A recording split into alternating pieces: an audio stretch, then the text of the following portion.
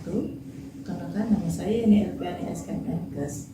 Saya merupakan salah satu dosen pengajar di Poltekkes Kemenkes Palembang, Prodi D3 Keperawatan Lahan.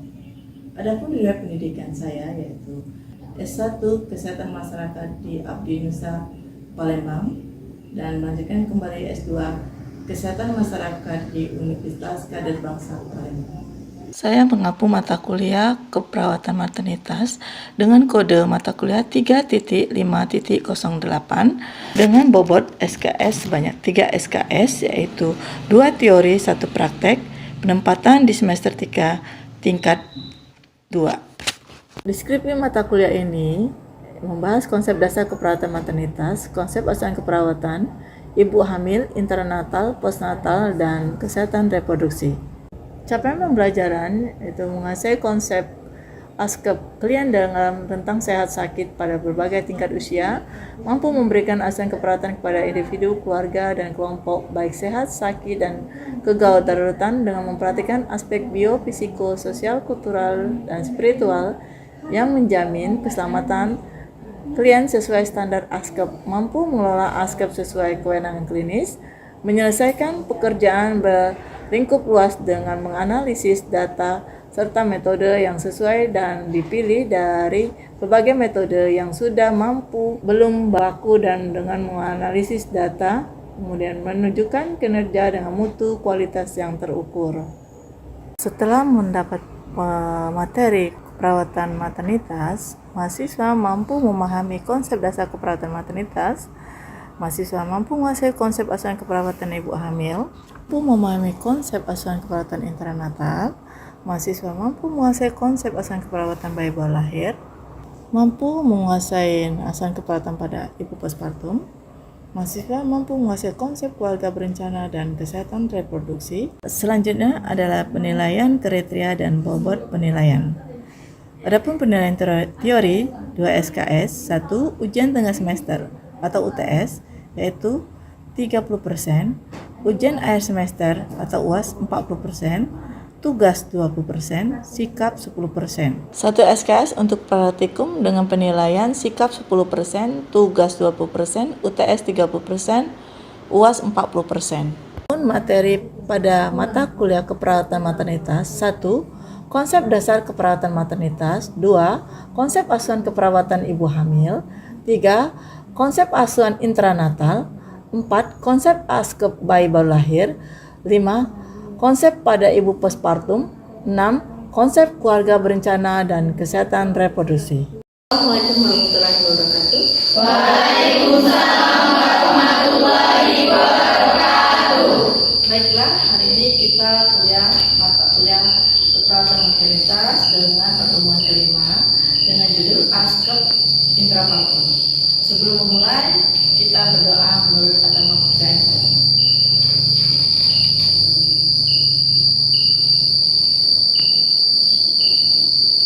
Selesai. Baik, hari ini kita pertemuan kelima dengan judul mata kuliah asuhan keperawatan intrapartum. Adapun sebelum kita memulai mata kuliah ini, sebelumnya kita belajar tentang materi kehamilan. Siapa yang paham tentang kehamilan atau tanda-tanda kehamilan yang sebelumnya sudah dijelaskan?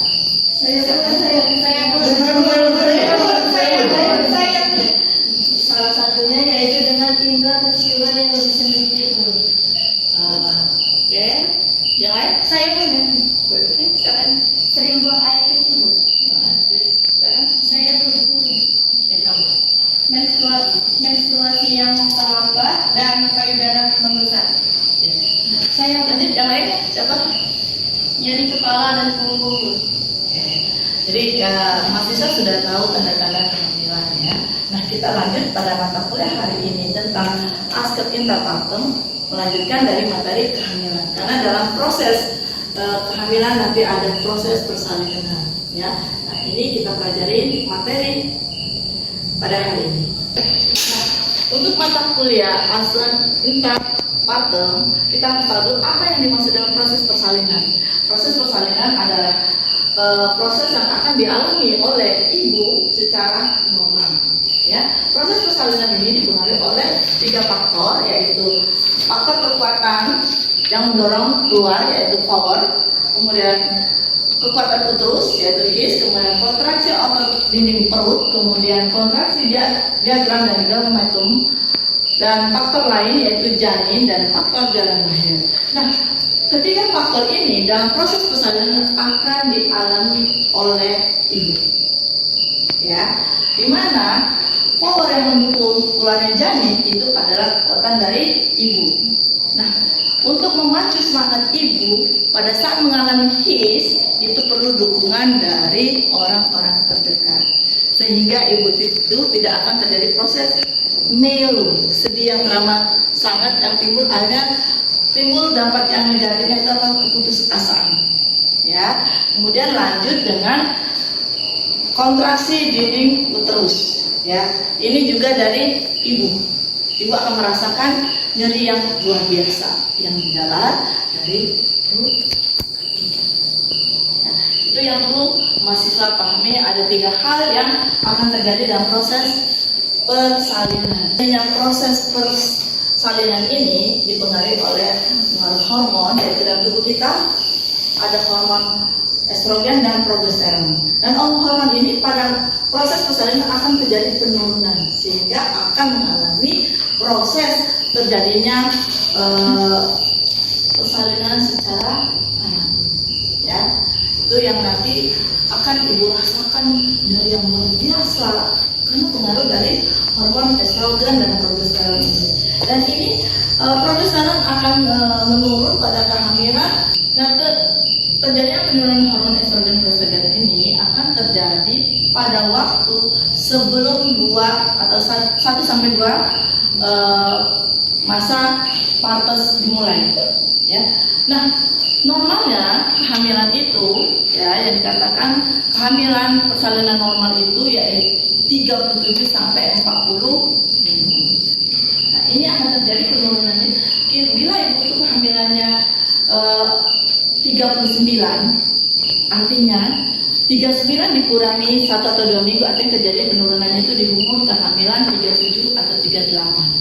Ya, sehingga proses ibu itu akan mengalami sakit yang luar biasa. Karena persalinan normal, nyeri adalah salah satu hal wajib terjadi. Ya, istilah hal yang lumrah akan terjadi dan dirasakan oleh ibu-ibu mengalami proses persalinan. Kemudian terjadinya plasenta menjadi tua. Kenapa? Plasenta menjadi tua menyebabkan turunnya kadar estrogen dan progesteron ya di dalam pembuluh darah itu akan menimbulkan kontraksi ke rahim. Ya, jadi dia akan kontraksi merangsang rahim sehingga akan terjadi proses persalinan. Nah, bisa mahasiswa pahami tentang apa yang dimaksud dengan persalinan. Ya, kita lanjut lagi materi berikutnya. Baik, sebelum Bunda melanjutkan materi tentang klasifikasi persalinan, ada mahasiswa yang mau bertanya? Saya pun. Silakan. Baik, perkenalkan nama saya Nina Dwi Puspitasari. Izin bertanya, Bun, apakah ada pengaruh jika ibu yang mengalami kontraksi nyeri yang dirasakan berlebihan berpengaruh pada plasenta bayi dan kondisi kesehatan bayi? Sekian, terima kasih, Bun. Terima kasih. Baik, bila ibu mengalami nyeri yang teramat sama, coba ceritakan pada ibu. Pertama, cemas, rasa cemas yang luar biasa. Ya. Nah, ini perlunya peran suami atau orang terdekat dalam mendampingi ibu tersebut sehingga nyerinya tidak akan terlalu teramat dirasakan oleh ibu. Itu yang kita namakan teknik distraksi. Ya. Nah, kalau nyeri hebat yang terlalu berlebihan ini pasti ada dampaknya, ada masalah. Ya. Kemudian proses persalinan bisa karena isinya yang terlalu ya, tapi ini semuanya akan bisa dilalui ibu itu kalau kita sebagai perawat bisa mendampingi pasien tersebut sehingga akan terus persalinan berlangsung dengan ya, gawat dan yang tidak akan terjadi. Kalau kita tahu kalau itu nyerinya hebat, kita akan melihat memantau dari DBJ ya. Jadi dari normal itu 120 sampai 100 ya. Bisa paham? Bisa kita lanjut dengan materi selanjutnya yaitu tentang klasifikasi persalinan. Nah, klasifikasi persalinan ini ada dua. Selanjutnya kita materi yaitu klasifikasi persalinan. Klasifikasi persalinan ini ada dua, ada persalinan normal dan tindakan. Persalinan normal ini berlangsung secara spontan, yaitulah didukung oleh dengan his yang baik. Kemudian persalinan dengan bantuan, yaitu 1 secara paku, 2 secara forcep, dan 3 secara operasi atau yang disebut dengan ya. Nah, semua persalinan ini akan dialami oleh ibu ya. Bisa persalinan secara normal, bisa persalinan secara tindakan ya. Nah, kalau persalinan secara bantuan biasanya ada indikasi ya. Misalnya kalau SC itu biasanya kondisi ibu atau janinnya mengalami something error ya. Misal ibu itu dengan panggul sempit, anaknya besar, atau juga dengan gawat janin, atau juga dengan KPSW ya. Nah, itu bukan persalinan semuanya harus dengan SC, enggak. Bisa langsung secara spontan, di mana secara spontan ini dilihat juga dari hasil pemeriksaan dalam ya. Selanjutnya kita proses materi kita yaitu tentang proses persalinan. Proses persalinan ini ada 4 kala, yaitu kala 1, kala 2, kala 3, dan kala 4. Di kala 1 ini ada 2 fase, yaitu fase laten dan fase aktif ya. Fase laten dimulai sejak awal kontraksi, kemudian pembukaannya kurang dari 4 cm dan berlangsung di bawah 8 jam ya. Kemudian fase aktif yaitu pembukaan lebih dari 3 cm sampai 10 cm, dan ini waktunya akan semakin hisnya akan semakin cepat ya. Langsung hisnya yaitu 3 kali atau lebih dalam 10 menit, langsung selama 40 detik. Nah, inilah yang dikatakan pembukaan dari ada his yang kalau kita mulai sebelum pembelajaran ini ya. Selanjutnya kita ke kala 2 ya. Tadi kala 1 sudah ada 2 fase tadi ya, fase laten dan fase aktif. Sekarang kita lanjut ke kala 2 yaitu pembukaan yang dimulai dari pembukaan saat sudah lengkap sampai bayi lahir. Jadi kita harus ingat bahwa kala 2 itu yaitu pembukaan lengkap sampai bayinya ya. Itu dikenal disebut dengan juga kala pengeluaran ya. Dimana tanda-tanda dan gejala kala 2 yaitu ibu merasa keinginan mengang bersamaan dengan terjadinya kontraksi ya. Kemudian ibu merasa semakin meningkat tekanan pada daerah rektum dan vaginanya. Kemudian perineum terlihat menonjol. Kemudian vulva, vagina, dan sphincter ani akan membuka. Kemudian peningkatan pembuangan lendir dan darah. Kemudian diagnosis kala 2 persalinan dapat ditegakkan atas dasar pemeriksaan dalam yang menunjukkan pembukaan cervix telah lengkap, terlihat bagian kepala bayi pada inversus vagina. Ya, jadi dalam skala 2 itu kita lakukan pemeriksaan dalam, ya, pemeriksaan dalam atau disebut dengan TUSE. Nah, bila pembukaan sudah lengkap tuh ukurannya adalah 10 cm, kemudian terlihat bagian kepala bayi pada vagina. Ya, kepala bayi akan terlihat, ya. Maka dinyatakan anak akan segera dilahirkan, ya. Demikian yang dimaksud dengan kala 2. Kemudian kala 3. Kala 3 ini terdiri dari 2 fase, yaitu fase pelepasan uri, yaitu ada 2, yaitu cara skut dan dukan. Dan itu dalam fase seperti kita menutup payung. Cara ini paling sering terjadi. Yang lepas duluan adalah bagian tengah, lalu akan terjadi pelepasan retroplasenta, kemudian terjadi pengamatan uri mula-mula pada bagian tengah, kemudian seluruhnya.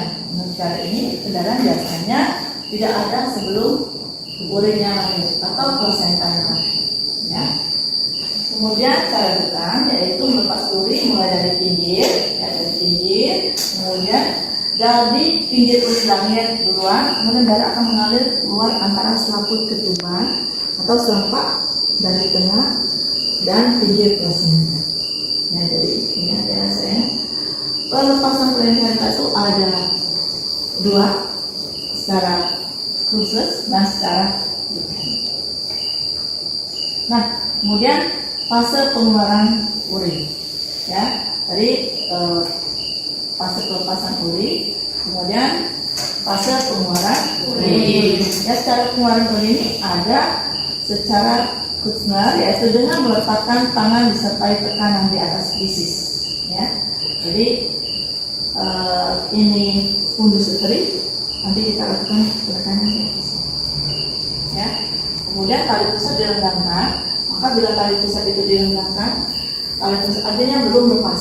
Bila diam maju atau artinya sudah lepas. Kalau dia diam tidak terlepas ke dalam, artinya itu sudah terjadi pelepasan. Kemudian sewaktu adanya his, rahim didorong. Dan bila tali pusat kembali, artinya itu belum lepas. Tapi kalau dia diam, tali pusatnya tidak masuk ke dalam, ya, artinya dia diam aja bertahan, artinya itu terjadi pelepasan. Kemudian skala Hartmann, yaitu tegangkan tali pusat dan ketok. Tegangkan tali pusat, jadi istilahnya tali pusatnya panjang kayak gini, kan ini klem, kemudian diketok di antara klem 1 dan 2 ini. Ini kan klem, ini tali pusat di dalam kan, ini di dalam, ini diketok. Kalau dia terjadi getaran, artinya belum lepas. Tapi kalau dia sudah tidak bergetar, dia masuk aja kayak gini, ya, kita pegang kayak gini, ya, itu artinya sudah terjadi pelepasan. Ya, jadi pas pengeluaran urin itu ada secara tegas dan ada secara Hartmann, dan ini perlu masih terpahami sehingga pada waktu pengeluaran plasenta atau urin atau kembuni, ya, bahasa kita daerah kembuni atau ari-ari, itu kita harus ingat bahwa pengeluaran itu ada berapa, ya? Ada 2 cara nih, ya kan? Secara Kutzner dan secara Hartmann. Ya, dalam proses persalinan kita ini, dalam proses persalinan ini, tadi kita sudah jelasin kala 1, kala 2, kala 3, dan kala 4. Kala 4 itu persalinan dimulai setelah lahirnya plasenta, berakhir selama 2 jam setelah persalinan. Ya, kala 4 dimaksud untuk melakukan observasi karena pendarahan prostata paling sering terjadi pada 2 jam pertama. Ya, mengapa bisa ini terjadi? Pendarahan, 1, kontraksinya bagaimana? Ya, kalau kontraksinya lembek, itu bisa terjadi pendarahan atau yang disebut dengan antonia. Ya, kemudian apakah pendarahan ini, ya, kita lihat, ini mengapa nih? Udah 2 jam persalinan terjadi pendarahan. Kita lihat lagi observasi, apakah ada luka pada daerah perineum atau vagina. Ya, ternyata pendarahan ini disebabkan ada robekan perineum.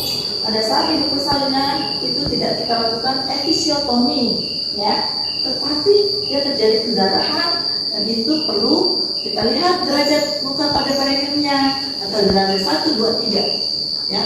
Kalau derajat 1 cuma jahitannya nggak terlalu banyak, ya. Nah, kemudian kita lihat juga apakah pendarahan ini karena sisa plasenta. Ya, jadi ingat ya mahasiswa sekalian, pada kala 4 ini sangat perlu kita perhatikan karena observasi tentang pendarahan. Ya, pendarahan ini akan menyebabkan kalau sudah terlalu itu akan mengancam jiwa ibu. Ya, itulah sehingga terjadi risiko yang sangat fatal yaitu kematian ibu postpartum. Ya, nah kemudian tingkat kesadaran ibu kita lihat. Bagaimana kita lihat dari cara physically ibu itu, ya. Kita lihat dari wajahnya, ya. Wajah yang kita lihat akan terlihat dari apa? Dari apa ini? Mata bagian konjungtiva, ya. Kita lihat. Mudahnya itu kita lihat juga Pak. Kalau dari wajah di muka ini dulu, apa ini? Bibir pucat. Nah, ya kan? Kemudian apa lagi? Kita lihat secara physically ya.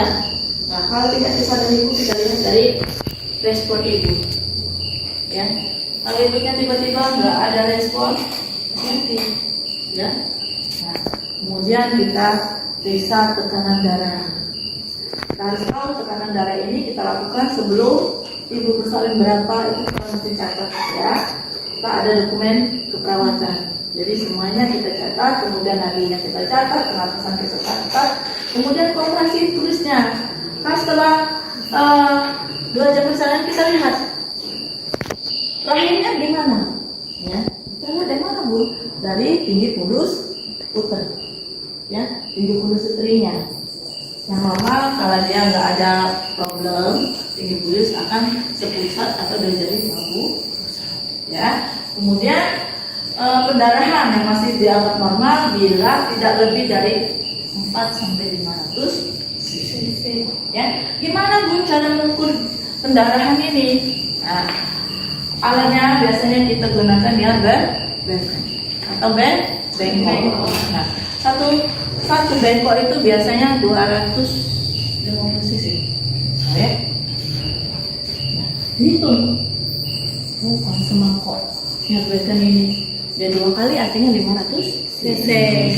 Ya, jadi itu perlu mahasiswa pahami pada saat skala 4 ini itu sangat perhatian kita harus waspada. Sehingga tidak terjadi pendarahan postpartum. Baiklah, materi sudah kita jelaskan. Apakah ada mahasiswa yang ingin bertanya? Ya Bu. Ya, silakan. Musiman izin bertanya, tadi kan pada proses skala ketiga ada proses namanya demikan, itu proses keluarnya plasenta melalui pinggir. Jika seandainya plasenta tidak keluar secara maksimal, apa yang bisa kita lakukan untuk membantu ibu melahirkan tersebut? Yang prinsip, pelepasan plasenta terkadang terjadi problem, ya. Kita mengharapkan plasenta itu akan lepas secara tindakan yang tadi sudah dijelaskan. Nah, bila plasenta itu mengalami tidak keluar sama sekali atau mas tadi yang dikatakan oleh Dimas sudah memberikan pertanyaan pada kita tentang plasenta, ya. Plasenta seharusnya bisa lepas secara sempurna, yaitu dengan sendirinya dengan kontraksi yang baik akan terjadi pelepasan. Cara pelepasan tadi sudah dijelaskan ada 2 cara. Nah, bila terjadi problem plasenta ini tidak bisa lepas, yang dengan istilahnya yaitu retusio plasenta, tindakannya harus dikeluarkan secara manual, ya. Bila manual itu Bu, yaitu masukkan tangan ke dalam, tetapi ini kita tidak boleh melakukannya. Ini ada tindakan dokter kandungan, ya. Jadi bisa terjadi selama proses persalinan kita biasanya akan berpikir bahwa itu akan terjadi pelepasan plasenta secara normal, tetapi di perjalanan akan terjadi perilaku. Nah, itu yang dinamakan dengan ratio plasenta. Pelepasan secara manual plasenta. Tindakan ini tidak boleh kita lakukan, tetapi oleh dokter kandungan. Baik, siapa lagi yang mau bertanya? Silakan dengan materi yang sudah sampaikan. Baik, sebelum kita menutup materi ini, silakan mahasiswa yang bisa menyimpulkan materi yang sudah sampaikan. Saya. Bu. proses persalinan itu terdiri dari 4 kala, yaitu kala 1, kala 2, kala 3, dan juga kala 4. Pada proses kala 1 itu terbagi menjadi 2 fase. Yang pertama yaitu fase laten dan juga fase aktif. Bun, baik Bun. Fase persalinan itu terbagi menjadi 4 kala. Kala yang pertama yaitu dari pembukaan 1 sampai lengkap. Kala kedua dari pembukaan lengkap sampai bayi lahir. Lalu kala yang ketiga dari bayi lahir sampai plasenta lahir. Lalu yang terakhir itu kala 4 dari plasenta lahir sampai 2 jam setelah postpartum. Terima kasih pada saudara Dimas. Tadi materi yang sudah Bunda sampaikan, saudara Dimas bisa menyimpulkan materi yang kita pelajari. Terima kasih mahasiswa sekalian. Bunda tutup mata kuliah kita hari ini. Assalamualaikum warahmatullahi wabarakatuh. Waalaikumsalam.